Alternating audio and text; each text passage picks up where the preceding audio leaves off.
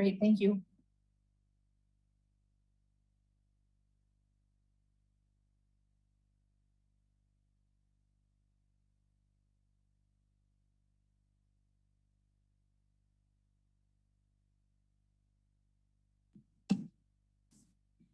Good afternoon, and thank you for joining us. Today is Tuesday, August 17th, and on today's briefing, we'll hear from Milwaukee County Executive David Crowley, Mayor Tom Barrett, Dr. Ben Weston, Associate Professor with the Medical College of Wisconsin, and Chief Health Policy Advisor with Milwaukee County, and Darren Rausch, Health Officer and Director with the Greenfield Health Department.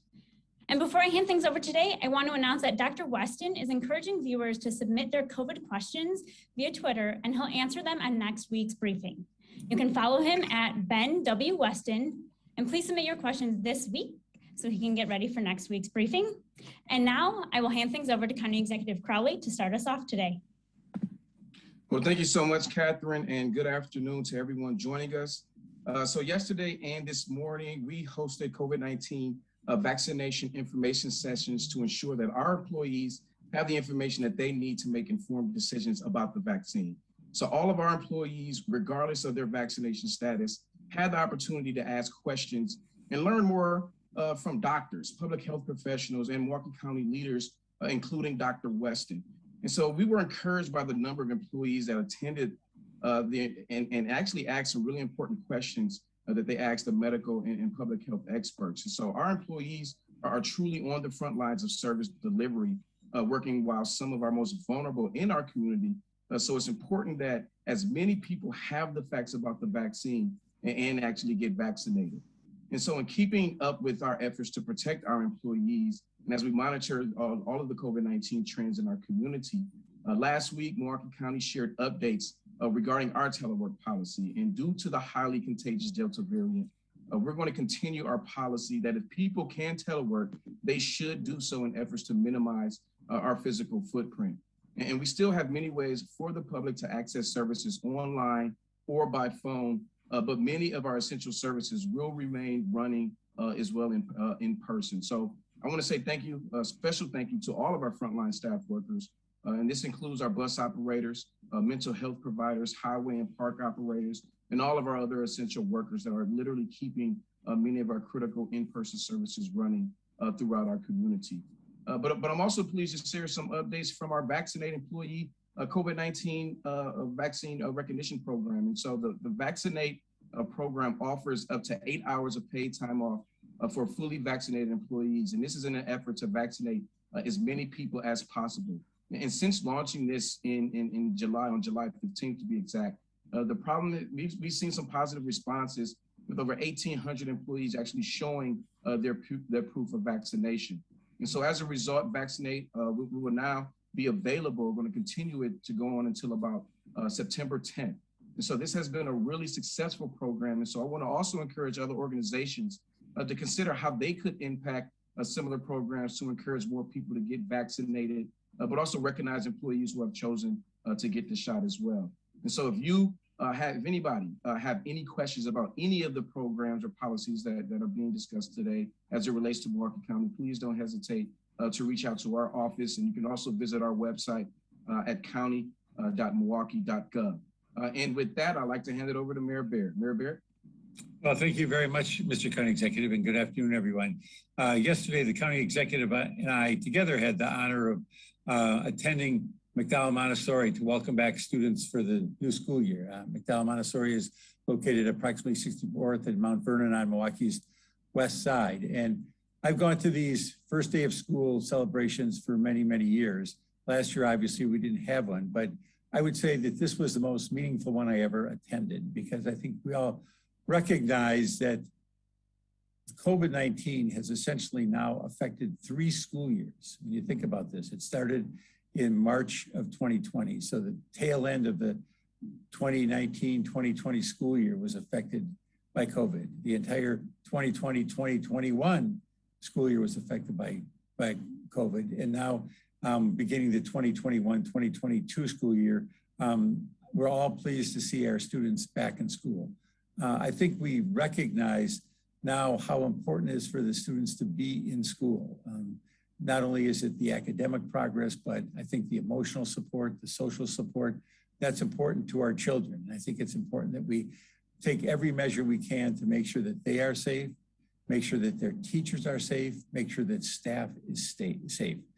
So that's why I was very, very pleased while I was there to see students and teachers all wearing masks. I didn't see a single teacher or student going into that school who was not wearing a mask. And I think the reason for this is that the school communities at Milwaukee Public Schools really do appear to be united in protecting the students, the teachers, and other school employees. I'm also pleased that school leaders are saying that everyone who is eligible needs to be vaccinated. That's a very, very important message. And I was pleased that the teachers unions have been supportive of this effort because I think, again, it protects the teachers, it protects the students, it protects everyone. The vaccinations, I think we all recognize, offers protection for the person who gets the vaccine, and it helps protect others, including the young students who are not yet eligible for the COVID-19 vaccine. So let's turn to the metrics because this is something I think that's of concern to everyone. We remain in the extreme transmission category for COVID-19 cases per 100,000. We're down to 218.2 per 100,000 population. But that still keeps us in the extreme transmission, even though we're down a little bit. Our percent positivity rate has dropped to the substantial transmission category, and we're there now. We're at 9.5%. So it's good to see that drop, but it's still substantial transmission. Our vaccination rate, 51.8% of city of Milwaukee adults, individuals 16 or older, are fully vaccinated, and 56.9% of adults have received at least one dose. So we're slowly making progress here, but we know we have a long way to go. So let's hope that we've gotten past the worst of the Delta COVID surge. I'm not convinced we have, but the only way to be sure is to continue to take all the steps: vaccination, avoiding crowds, and masks that we need to do. I want to talk a little bit about additional vaccination doses because this has been in the news a lot over the last 48 hours. The Milwaukee Health Department is working closely with the Wisconsin Department of Health Services and is following its guidance regarding additional doses of the COVID-19 or mRNA vaccines for immunocompromised people who may not be fully protected from the first two doses.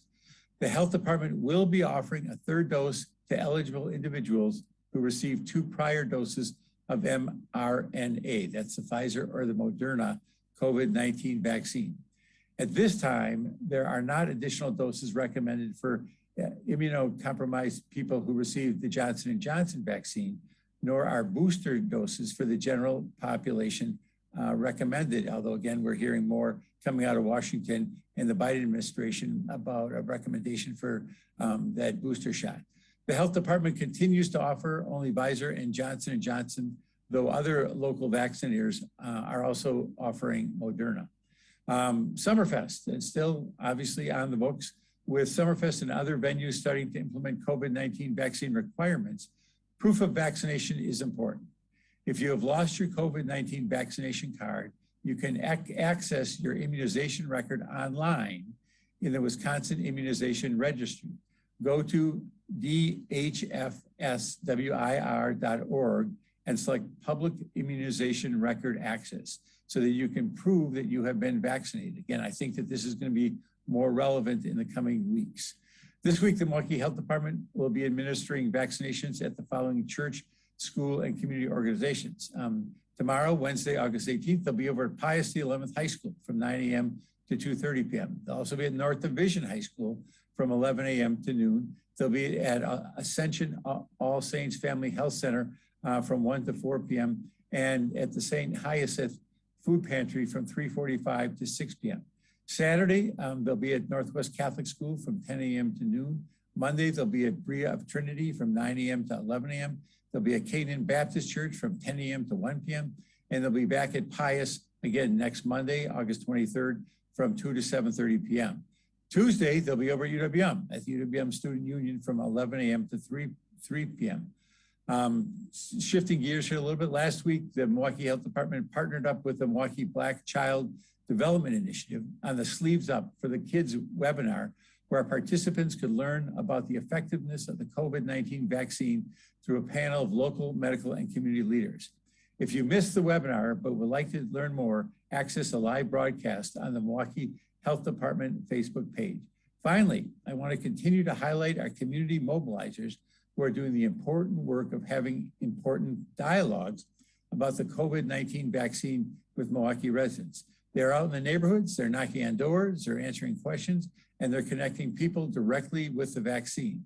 There have now been close to 500 vaccinations administered since the start of this program. So they're out there, they're knocking on doors, and they're trying to meet people where they are. And I want to thank each and every one of them. So with that, I'm going to turn it over to Dr. Weston, the newly promoted Dr. Weston. Thank you, Mr. Mayor. Good afternoon. First, briefly, I've seen from conversations with patients on an individual level and on a broader level in town halls, there are so many great and important questions out there. So many people who just want a bit more information about the vaccine. So as Catherine mentioned at the top of the briefing, if you're on Twitter, please submit your questions to @BenWWeston. We started a conversation there. I'll do my best to answer many questions right there, but I'll also bring some for the upcoming briefings. And be forewarned, I'm new to Twitter. I've only been on a couple weeks, so bear with me. I'm still trying to figure it all out. All right, now on to our numbers. We're seeing in Milwaukee County an average of 256 new cases per day and about 2 deaths per day. And we are starting to see a bit of a plateauing or even a slight downtrend in our cases. Now, it's too early to say if this will be sustained. Hopefully it will, but we're cautious. Cautious as we see the rest of the country continue with an increase in cases, as we see children return to school, and certainly as we enter cooler weather coming up in the next few months, soon with more indoor gathering. Now, at the same time, our hospitalizations do continue to rise. We now have 190 patients hospitalized in the county with COVID. That's 10 times what we saw just about a month ago. Now, we've had quite a bit of news over the last week regarding additional doses and booster doses of the COVID vaccine. So first, I wanted to clarify a bit of detail on the difference between those two. So what we heard last week was that the FDA authorized an additional dose of the vaccine for people with immune compromise. Now, that's about 3% of the population, and it includes people with certain cancers, with organ or stem cell transplants, with diseases that cause immunodeficiency, people living with HIV, and those on certain medications. Now, not only are these individuals more likely to get very sick from COVID, but studies both here in the United States as well as in Israel show that the immunocompromised people who are vaccinated are more likely to have breakthrough infections than their non-immunocompromised counterparts. Now, specifically with the Delta variant. And more focused studies show that in this immunocompromised population, those who did not get a robust immune response from the second dose of their mRNA vaccine had an improved response after they got that additional or third dose. So based on this newly accumulated evidence, the FDA authorized this additional dose for those who are immune compromised. And we're beginning to see that operationalized now in our health systems and our health departments. Now, this is different from the booster dose that we heard about last night. So while that additional dose is to further improve the immune response in those who didn't initially have a robust immune response, the booster dose that we heard about last night is for those whose immune response to the virus has weakened over time.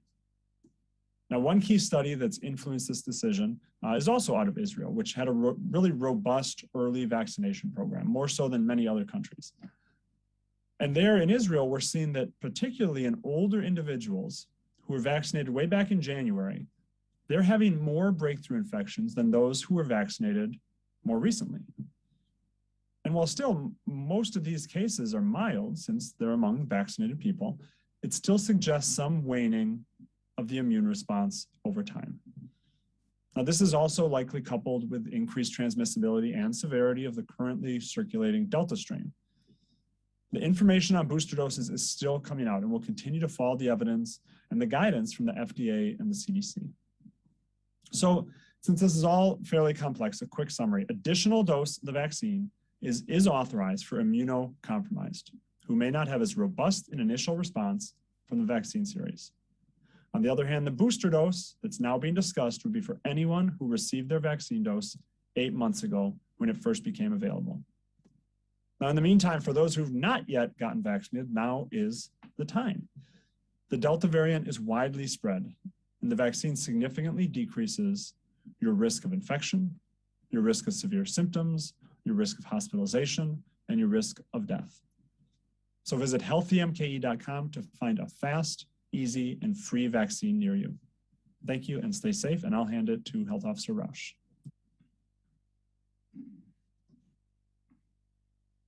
Good afternoon, and thank you, Dr. Weston. It's my pleasure to join today to talk a little bit more about COVID-19. So in my comments today, I'm not going to share the usual data report, but I do want to hit some highlights on the data for this week, really in light of a lot of the things changing over the last few weeks. And I'll certainly add on to where both Mayor Barrett, County Executive Crowley, and Dr. Weston had made some comments earlier about COVID transmission, and vaccination, and more. So one of the things I want to start with, just as far as the data goes, is talk about COVID transmission in our community. Right now, COVID-19 is very active in our community, and Dr. Weston mentioned moments ago that we're seeing a bit of a plateau, but it's too early to know if that's a trend or if that's just current status and things will continue to go in an upward trajectory. Just don't know. But at this point, as we've heard, cases, hospitalizations, and deaths have been increasing in recent weeks. And certainly we have told you before, and we continue to see that the majority of those cases are occurring in individuals who are unvaccinated.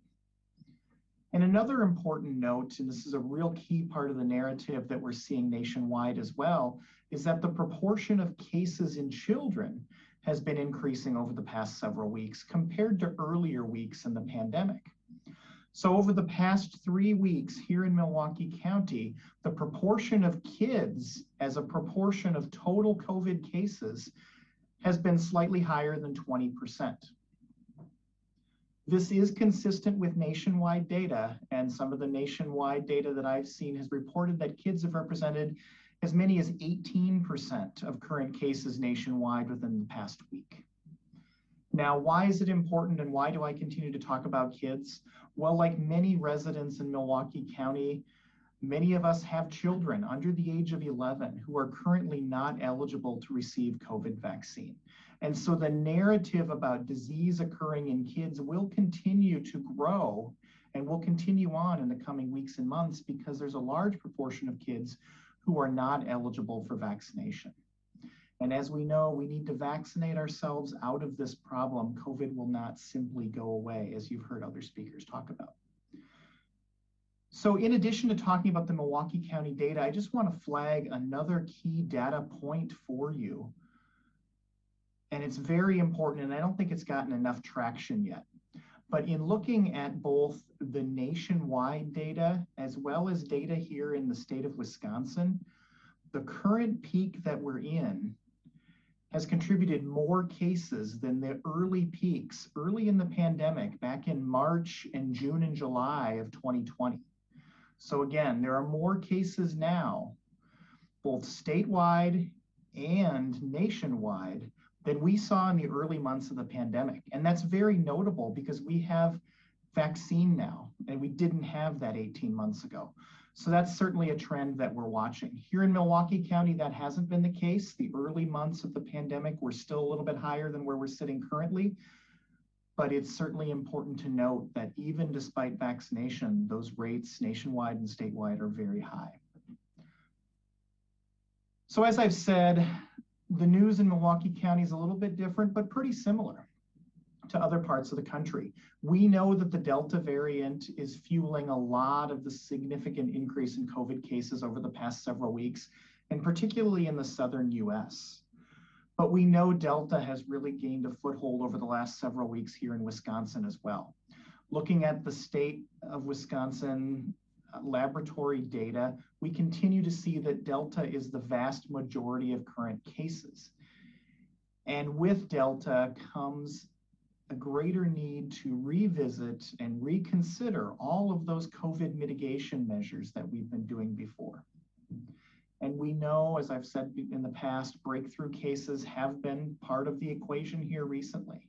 With waning immunity, especially amongst immunocompromised individuals, we are seeing some breakthrough cases, but by and large, those breakthrough cases are still pretty small, and while they are a growing proportion, the majority of cases are occurring in those who are unvaccinated.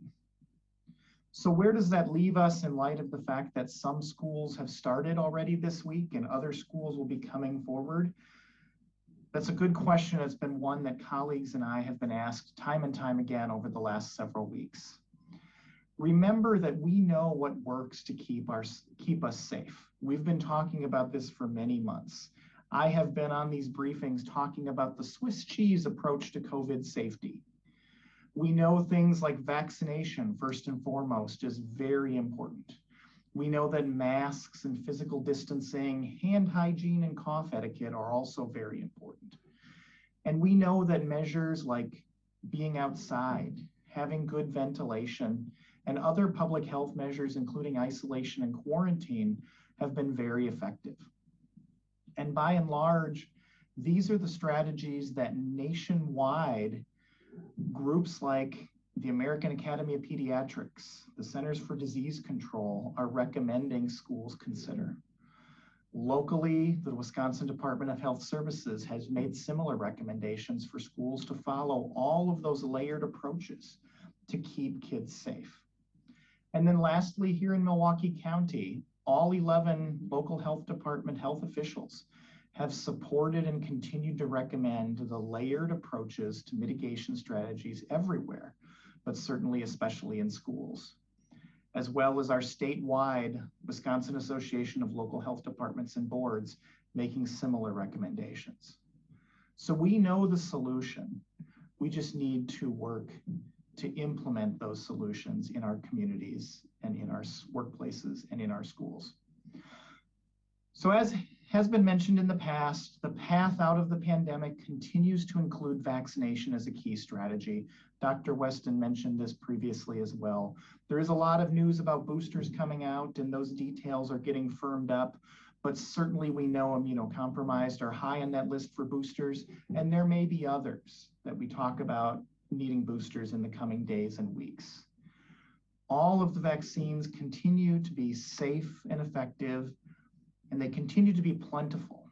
And by going to healthymke.com, you can find resources on where to find vaccine in your community.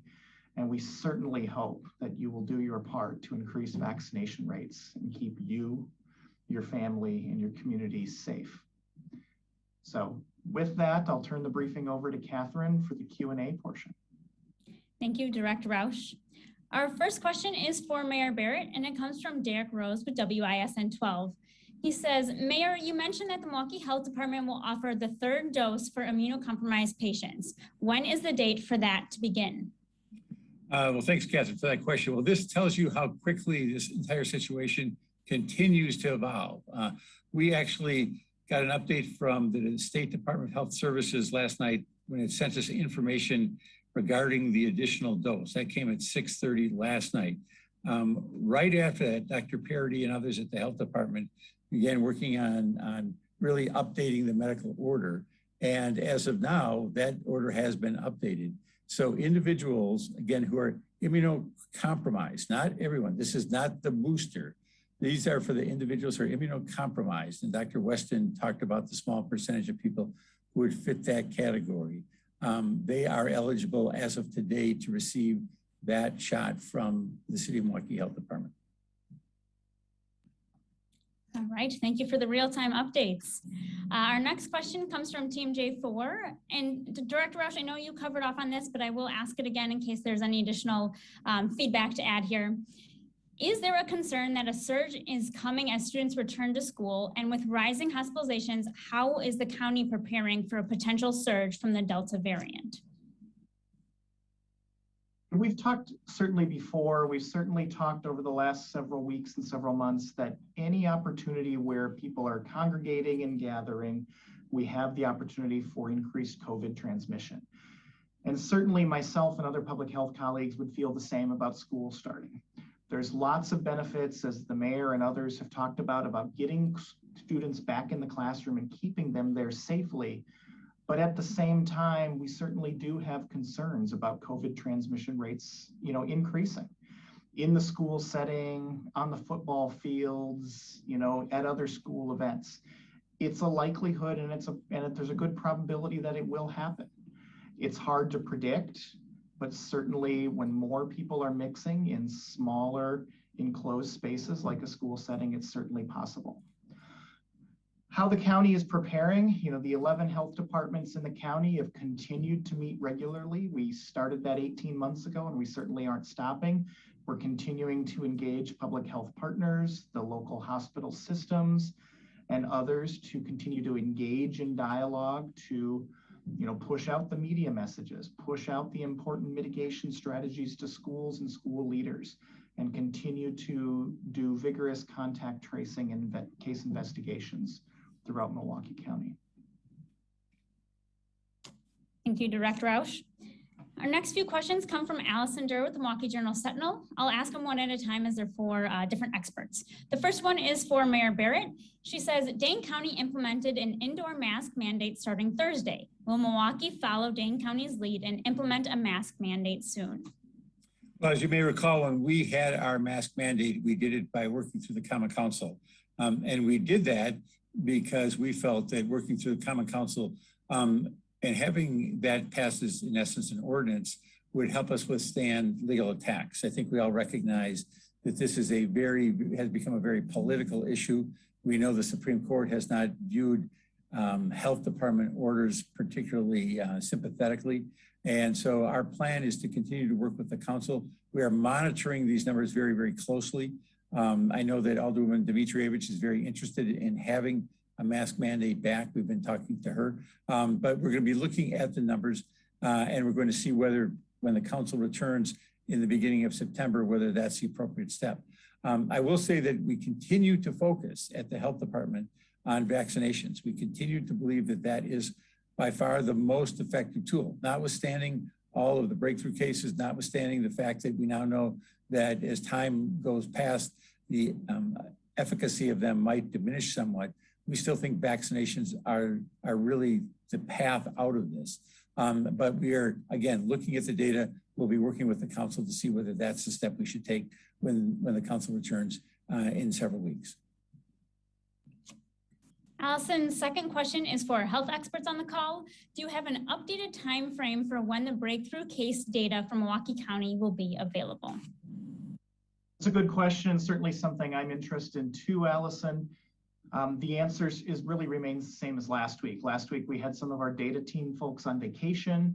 I just emailed earlier this week asking about an update on that particular variable or set of variables. And so certainly I hope it's available this week or next week, but I'll know more tomorrow when the EPI team meets. And the next question for Director Rausch. On the weekly kids report regarding hospitalizations, there's a note that says total children hospitalized for COVID-19 with specimen collection date within the last 30 days.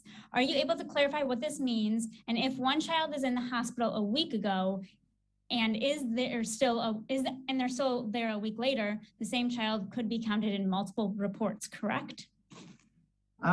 I'm going to start by saying incorrect, and then I'll explain what that means. So our case reports talk about cases of illness. So they're always person-based.